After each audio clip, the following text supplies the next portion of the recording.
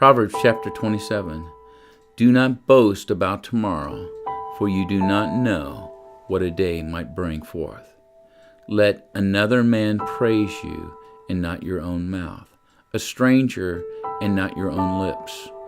A stone is heavy and stands by weight, but a fool's wrath is heavier than both of them. Wrath is cruel, and anger a torrent, but who is able to stand before jealousy? Open rebuke is better than love carefully concealed. Faithful are the wounds of a friend, but the kisses of an enemy are deceitful.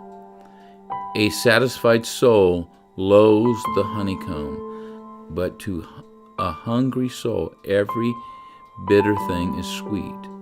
Like a bird that wanders from its nest is a man who wanders from his place. Ointment and perfume delights the heart, but the sweetness of a man's friend gives delight by hearty counsel. Do not forsake your own friend or your father's friend, nor go to your brother's house in the day of your calamity. Better is a neighbor nearby than a brother far away. My son, be wise and make my heart glad, that I may answer him who reproaches me. A prudent man foresees evil and hides himself. The simple passes on and are punished. Take the garment of him who is surety for a stranger, and hold it in pledge when he is surety for a seductress. He who blesses his friends with a loud voice, raising early in the morning, it will be counted a curse to him. A continual drip on a very rainy day and a contentious woman are alike. Whoever restrains her restrains the wind, and grasps oil in his right hand. As iron sharpens iron, so a man sharpens the countenance of his friend. Whoever keeps a fig tree will eat its fruit, so he who waits on his master will be honored. As in water, face reflects face, so a man's heart reveals the man. Hell and destruction are never full, so the eyes of man are never satisfied. The refining pot is for silver, and the furnace for gold, and a man is valued by what others say of him. Though you grind a fool in a mortar with a pestle, along with crushed grain, yet his foolishness will not depart from him.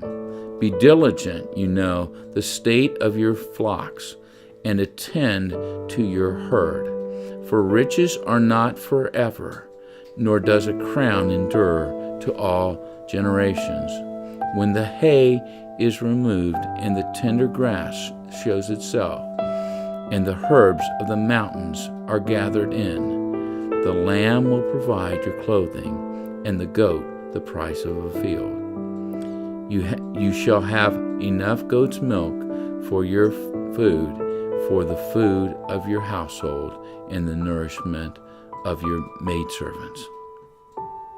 It's interesting, I think, in the beginning he started off, do not boast about tomorrow, for you do not know what a day may bring forth. None of us know what the future holds.